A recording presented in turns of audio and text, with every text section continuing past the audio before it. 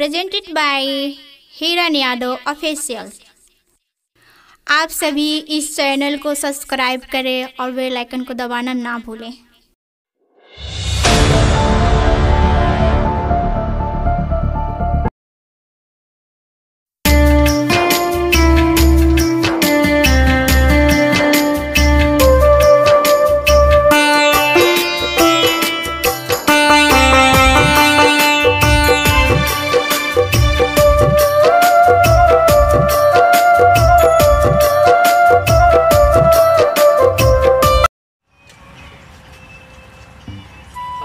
पूरा घर खुबार रहताटे एगो साला बाटे तो दिन भर बाबुए के चक्कर में रहताटे कि कब पैसा मिल जाए। आई कुलजी में हमारे छोड़ देताटे। चलो घूम ले बचवा।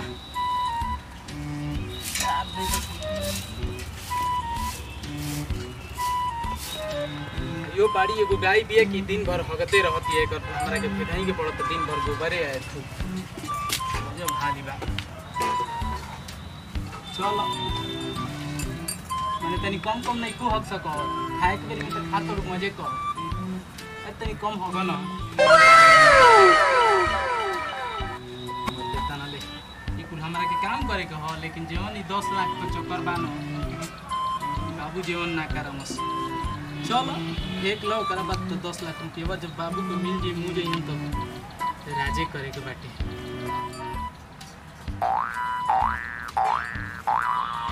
बताओ हेनियो हक देल बड़ू ना एक और ना माने हवेरे साफे तो जानवरे हो लाग माने हेनियो कल जरूरी रहल हो। मन तो करता कि तो ले जाके उन्हें खमो बात दे तो जो खाली भाई क्या ऐस करत रहनी है। जो एजेंट बता दे रस कि बाबू तोर 10 लाख रुपया रख ले बनो।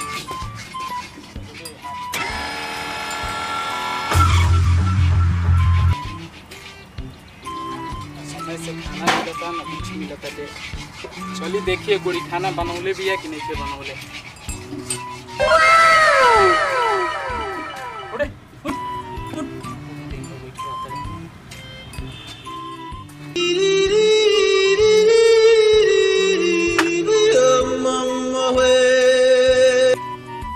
फुकनी है कि का बुझाते नहीं ना हमार तो कर में फूटी गइल बा।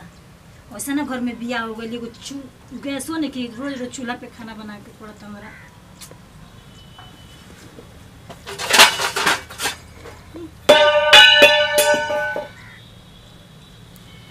बाबू जी बिया कर तेज के बिया कर यहीं करे को लइका बोले योगियो नहीं खिला कर गैस एगो खरीदा जेते इतना दिक्कत ना होई तो एकदम हम तो परेशान हो गए।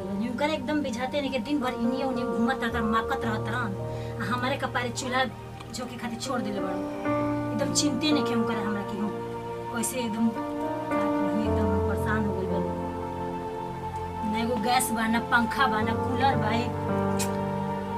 ऐसे बनी तो अपना नहीं हरे रहनी कि कम से कम कूलर रहला ना पंखा रहला गैस रहला चूल्हा ना फूके फूकनियो कर कहीं कहां भुला गइल बा तो ये नहीं हमार तो किस्मते फूटी गई। रोज रोज की चूल्हा चौकी में जिंदगी थी। ए पिंकी आ गलन घूम के माँ के कमाई क के। पिंकियो हाँ कहां बड़े रे आओ जल्दी है ना तनी हाथ धो धोआ दे खाई गोबर सुबर का पड़ा लेखा चिल्लाते नहीं रहो एगो तो आओ जी आओ तनी आओ आई नहीं धोआ तनी रुकी आ तनी पानी लेके आओ तनी जल्दी लेके आओ यार। आओ तनी ना घामा में से आई बनी एकदम गाय भी आओ जोन हगते रहती है। रुक ना सकी ना अरे यार मरवा के एकदम जब मांगी तबे चाहिए बुझाते कि चल जब ना तब मुंह पे मांगत रहे नहीं रोज रोज होइए चाहिए होगे चाहिए करबू ना त का करबू का करी हम आइल बड़ू काम हम ना करबू माने काम न्यू करते नहीं एगो तो गैस लेके खरीदते तो वैसे कह दिन गैस खरीदे के एगो ही बतिया तो गैस खरीदा ना घर में पंखा बा ना कुछ बा एगो रोज रोज चूल्हा फूक के हम एकदम परेशान हो गइल बानी। देखा हमर माथा खराब मत करो ठीक ना। एक तो खुद दिन भर लेके बाबूजी के घूमत रहता है अब तू वही पर रउआ कौन से मर्जी कमाई करत नहीं रउआ तो देर माकत रहत नहीं हमरा के पूछत नहीं कि कि का तारा कौन चीज के कमी बा कौन चीज के दी बा।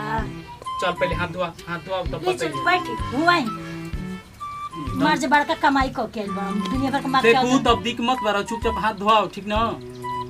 पक पक पक पक मत कर। चल ठीक बा करम फुटल के रउआ समझ दिया हो ना ले मार छिड़क दे हम सहुरे देखे कौन चीज के 3 दिन पे त नहाए के एकदम माने यहाँ करा हो गइल बा घर में हम नहाई ना तोर का कहे के मतलब है कि माने हम फुहर नहीं रही ना। लोग रोज रोज नहाइबे करे दिन भर घुमला से फुर्सत मिली खा तब न खाई नहाई ना खाए के बना नहाए के टाइम बना खाए के टाइम बा ना कौन चीज के ना मेहरारू के चिंता बा कौन चीज के चिंता बा रहुआ बस माके के बा माके के अलावा कुछ आवे ना रहुआ ये देवी हट गया बा आपको अगर प्रवचन हो गई लोगे तो चल के तनी खाना साना बनावा 2 रोटी पाल ले ठीक ना। तू बनाइबू तब ना समय से खाई। गैस लिया के रख दी तबे बनाई हम हमारा से ना बनी चूल्हा पे हमारा आंख दुखा कपार दुखाए लगा तब धुआ से। अरे पागल टेंशन काहे ले तड़ी। बाबूजी जे दिन मर जिए ना ते दिन पैसे हो जाए 10 लाख रुपया मिली आ गैस का तो के इंडक्शन चूल्हा लिया के रख दे। हां सही में चलो अच्छा चलो तेरे बाबूजी के इंतजार करी कहिए बाबूजी। अरे का 2-4 साल और जी हन और का जी हन 2-4 साल तो फिर फूक चूल्हा फूकी। चलो पैसा रुपया होई तो टमाटर में जब बेहन पड़ल बाटे बेरी बेचाई त किन दे ठीक न। चलो चल चल बनाओ एकदम में जीवन खराब हो गया हमार। देखी मत हमारा के रहल ना रहल बराबर बा। चलो मैं हम कितना ऐसो आराम से रहनी अपना नैहर में एजिया के तो एकदम फंसी गइल बनी। चल अब का करबू दुख झेल ल कहल जाला कि जे दुख झेलेला ना उहे सुख करेला ठीक ना। टेंशन मत ल। टेंशन हम ना तो रहुआ ले दिन भर मकत नहीं रहुआ के मकाला से फुर्सत मिली तब ना हमर चिंता करो कि हम मेरा चूल्हा झोकतिया कि का करतिया का नहीं के कर। अच्छा बताओ का तू के का दिक्कत बाटे तू के खाए के नहीं मिलत कि पहले का दिक्कत बाटे। खइले पहले से कुल हो जाला जी। तो का ई बताई सुनी बताई घर में एगो टीवी बा एगो कूलर बा कि एगो गैस खरीद के देले बने मेरा।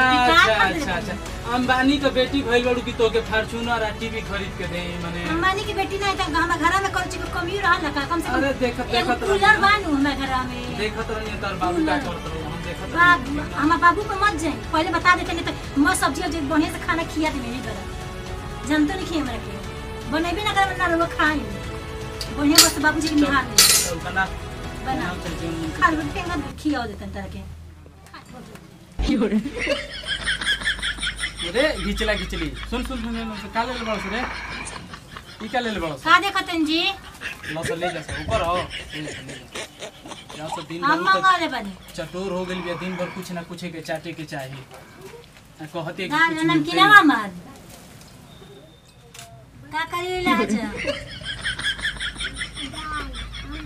हां अरे हम के का नहीं खे नमकीना दो खा लो चाट लो ये कुल तो दिमाग कामे बचात लो। गैस तो मिलत नहीं के ये ना खा के रहम कहे के बनावे जाई खा तो ये कुल रहिए गई बाटे।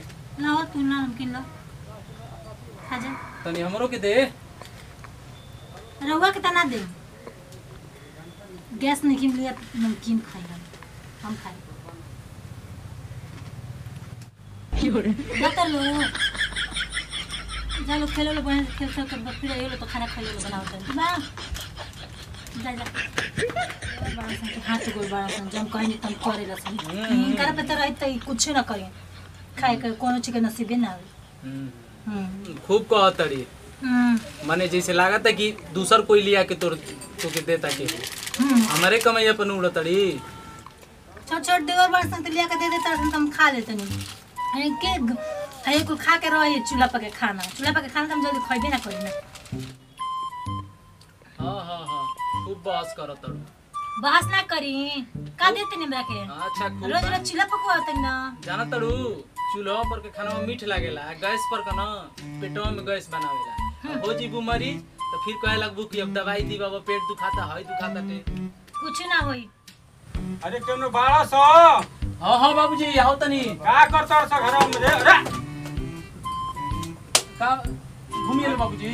अरे का घूमे नहीं, बहुत तबीयत खराब हो गइल बा बबुआ, बहुत तबीयत खराब हो गइल बा। कहाँ दिन भर तू घुमावत रहत रे? हम तो दवाई के चक्कर में दिन भर जेने देखा तेने घुमावत रह। चलो बाबूजी चलो, आराम कर, पंखा संखा लगाओ तनी। खराब हो गया।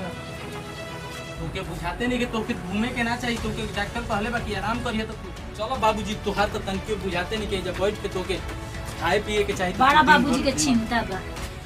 चलो बैठो बाबूजी, चलो बैठो। बैठो आराम करो। क्यों तो बुझाला ना लेके घुमाओ तड़ी जेने मन करता तुम एक तो खुद उनका तबीयत खराब बा। का करी बताओ, तू बताओ। अरे पागल तना ले कल सहूं इसको करूं ठीक ठाक रहू कि 10 लाख रुपया मिल जाए तो चक्कर में चले गए हॉस्पिटल में तो बोलो कर हमरा के ना ना ना एकदम भाई हम सेवा में लगा रहो।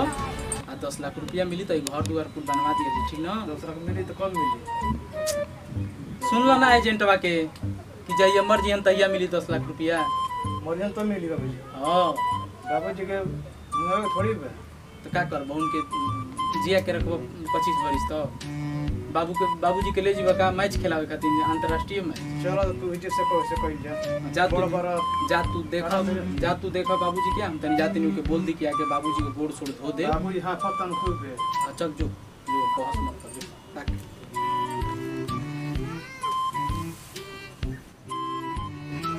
ए पिंकी बाबूजी के कहला पे एक बार में बड़ा सुनाता हमार दुख दर्द लेके बिचार तू के। सुनो छोड़ा हटाओ एगो काम बाटे। हां बोली। तनी बाबूजी थाक के आई गण तनी चल के गोड़ हाथ धोता थरियो में। थरिया में हां गोड़ हाथ हां हम ना धोआ। राहुल बाबूजी जाई रहुए सेवा करे। हम गोड़ हाथ धोवे खातिर नहीं खेल खाना बना के खेत दिन में ढेर बा। सुना ऐसन ना कर जाला बड़ बुजुर्ग बाणन पुण्य होई करबू तो। पता बा पुण्य होई राहुल बाबूजी रहुआ धोई हमार से मत कर। सुना चल के धो। हमार से ना धोई हम गोड़ धोवे खातिर नहीं खियाई। अरे पागल बड़ बुजुर्ग को ना सेवा कइला पर पुण्य मिलेला तो के केतना राहुल बाबूजी रहुआ धोई हम लोग का खाना बना के खेत दिन में ढेर बा। झुमका ना चाहिए? झुमका हां ना चाहिए? साड़ी नया नया ना देखिए चाहिए? हाय कंगन मिलल बा इहो नैहरे के है झुमका मिलल बा इहो नैहरे के है अगर वो खरीदले बनी वो पता ना सोना हो कि ना। जीवन राज करत तड़ू ना राज? बाबूजी जी के कुल है जगह जमीन बा ठीक ना।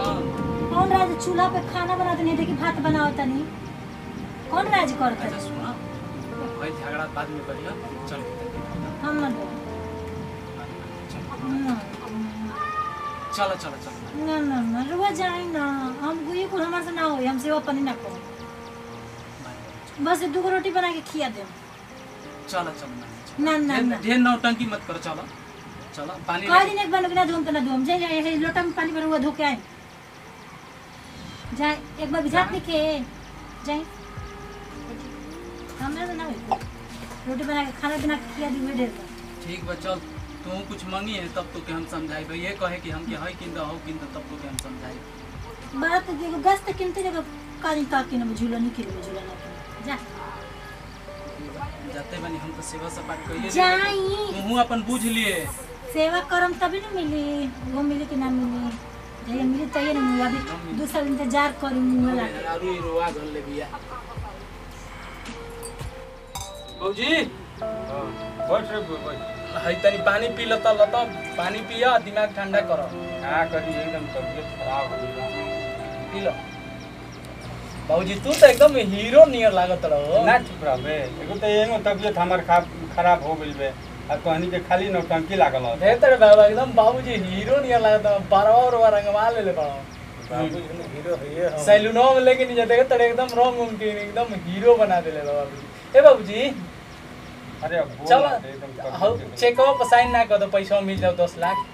अच्छा चल हो जी साइन कहाँ हो जाई बाबू? ए पैसा 10 लाख अरे मिल जाए घरवा दुआरा बनवाना दे क्या।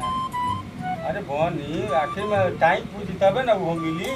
ऐसा काम करो कि तनी तू आराम कर आ जा तनी बाजार ले तो के अनार सेब ले ले आई ठीक हम करो सुतो छोड़ दो बाबूजी के सुते दे तनी चलो सेवा अनार वाले ले जाएंगे। बाबूजी जा लो जल्दी आइए लो। लो ही लगा लो मुड़िए तो आराम करो भाई, मोड़ तो लगा लो। हम लोग बहुत मजा से आराम से बाबूजी।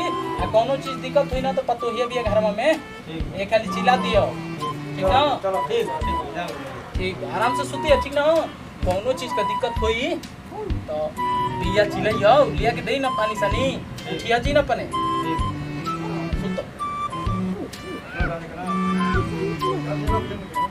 जा लो।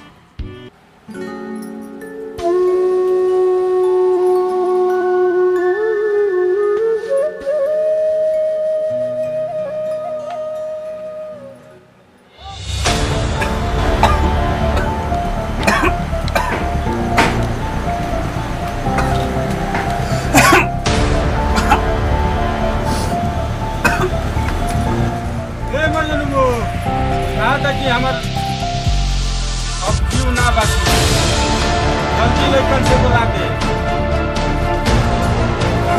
अरे बाप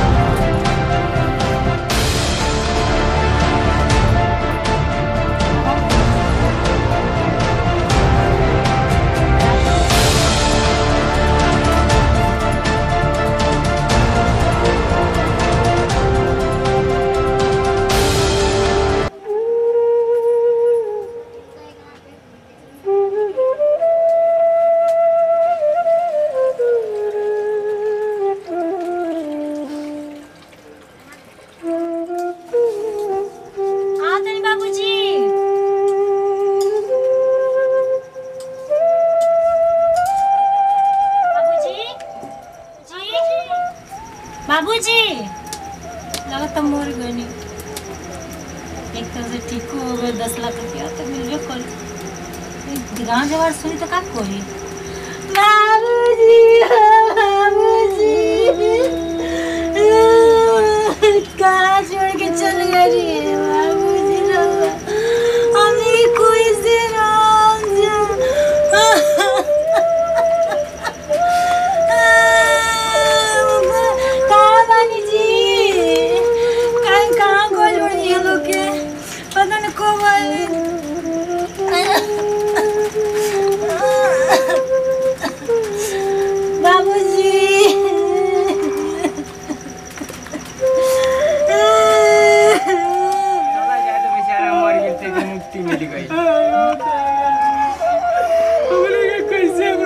बाबूजी हमने क्या नाथ को के चली गई बाबूजी।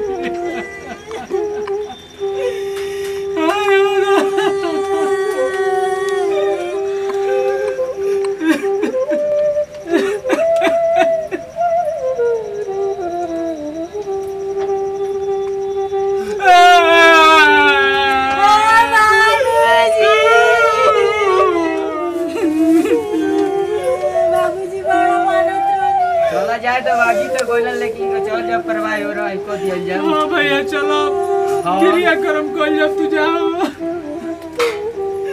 जा, तू देखो अंदर के काम हम देखो। बाबूजी बड़ा मेहनत रहलन, मर गइलन हमने के एकदम अनाथ को गइलन।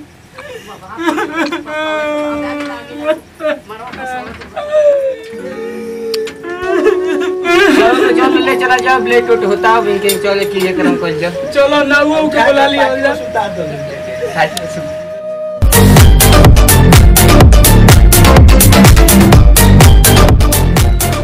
बोलो ले लो तुम। चला बताइए आधे बार गिरवा का सोचतन अब बताइए कल भैया जन कहिए तो भैया 10 लाख ले लिए तो भैया के छोड़ देबो का? ले लेन 10 लाख पहले में 5 लाख दिए हैं। 5 लाख कोनो बात ना भाई तो हमारे का कर बोलो तो कुछ कर ही जाए, पूछी एजेंट से बात करी, एजेंट से बात करम तभी न कोई रउआ का सोच रहा मुझे क्या एकदम पकड़ लोले बड़ा का। अरे पागल तना ले किस्मत ही सुनो सा अबे चल जाइल जी तो कहें से कि ना बाबू के मरते देरी या ना जाते देरी, माने पैसे के चक्कर में लागत बाबू के मुंह देला। बाबूजी तो मर गइलन, जाके पूछी पैसा कितना मिली। पैसा बा 10 लाख मिली, 10 लाख फिक्स बाटे। कागज बात केले बरो कागज जो पुल बनवा के तहसील से रख देले बानी, बस LIC ऑफिस में जाए के बाद जमा करे के बाटे आ पैसा लेके आवे के बाटे, ठीक ना? ऊपर टेंशन मत ल जा। अच्छा हम कुल बतिया के रख देले बानी, काली जाए के बा, ठीक ना? ऐसा काली देखो तनी न फिर काल कब आवेला। बाबूजी तो गई नहीं हमनी के छोड़ के। अच्छा बल को जल्दी बुढ़ा मर गए। ये ऐसा काम करो सो कि तोनी को लड़ा समझ, ठीक ना? तुम जो तैयार हो, तुम जो तैयार हो, ठीक ना? हम तो तैयार बटले बानी। तैयार बन हुआ। का मिल भाई कुल बढ़िया से टी-शर्ट पहन ले बनी, जूता पहन ले बनी, पैंट पहन ले बनी, टाई बेल्ट लगा लिए और ये बहन ऐसी गवार बन के जनता ये भी देख रहा हूं। दवार लगा ना रे वो बड़ा है ये तो आठ देखा नहीं बोल सकता। बस चलिए मैंने 8 खेल होई नहीं काम तो गवार लगा था नहीं। हम तो तैयार है। भाग में नहीं कि हमारे को मेहराबी मिल गया पढ़ा लिखा तो बात सही है। हां इसमें चिल्ला अरे भैया अपने कहूंगा के अच्छा ठीक है जो होने तैयार की बन जाते हैं बढ़िया से तैयार हो गई है, ठीक ना? आई साड़ी फाड़ी पहन के नहीं चले के वो हमें को मत सिखाएंगे नहीं तो ये हम ये से लेके पढ़ के दीदी पके ठीक है ऐसे सिखाओ जो भैया तुम तैयार हो, ठीक ना? चल जाओ ऑफिस में जमा अपने जमा तो नहीं कुछ, ठीक है? गजब हमरो मेहरारू है बेटी है, पर एकदम लागे लगी बर्रे खइले ही एकदम संख्या चुपके के नामे निकले आए बुलू बा साला तनले 10 लाख जवन रुपया बाबू ना छोड़लो नहीं एकदम कबाहट कर। चली देखी तैयार हो गेलन से कि ना हो उनको, चली लेके हमके 10 लाख रुपया ना मिली, ज़्यादा दिन हो जी तो वापस चल दी सरकार से चलिए कागज को जमा कर दी।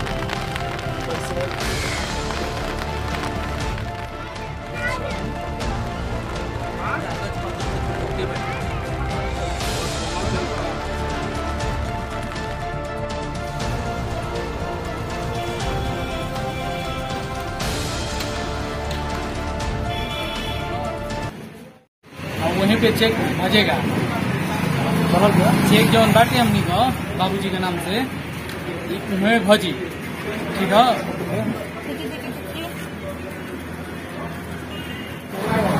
अरे मार ठीक से भर लिए तभी ना मिल सकता। अरे पागल कुल भर देले बानी, टेंशन का जान तो जो मत भर पूरा भर ले बानी, हमार माथे खराब मत करो, ठीक ना? घरों ये खराब सिग्नेचर नहीं की करे देख ली पढ़ने बनी उन्हीं के सामने ना सिग्नेचर हुई। चलिए चलो ये चाहते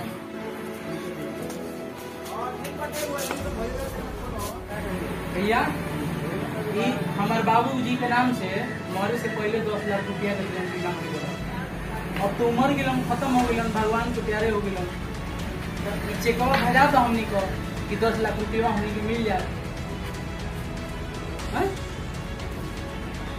अच्छा हिंदी में हाँ सब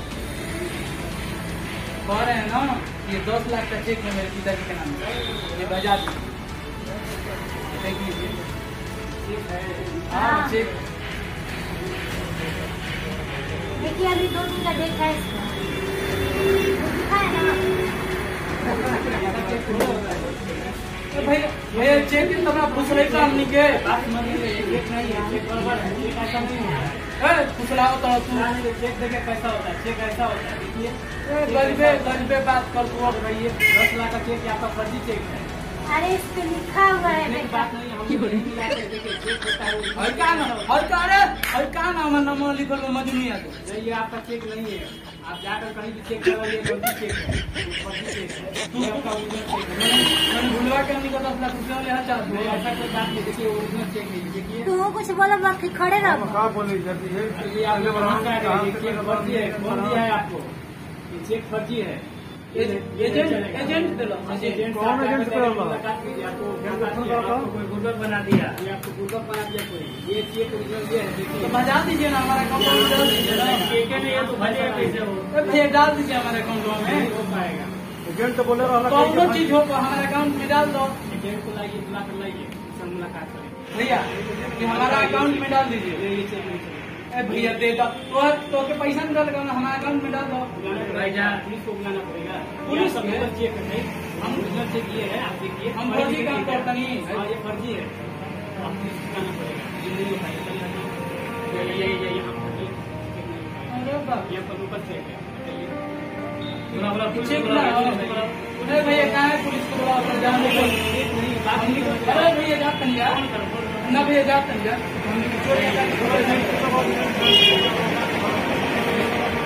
एजेंट पे पागल बना चलिए बाबू जी आपके कुछ रखे ही नहीं थे, आपको चिट्ठियाँ बना के गए। चलिए अरे भैया देखो तो उनसे की चेक है ना हो आपके बाबू जी के पास कुछ नहीं था, फिर भी आपको चिट्ठियाँ बना के गए, अपना सेवा करवाने के लिए दवाई का पैसा देता रहा लोग पर अब हमके समझ में आए कि एजेंटवा के कहे के मतलब ई रखो कि ऐसा काम कर दी कि बाबूजी के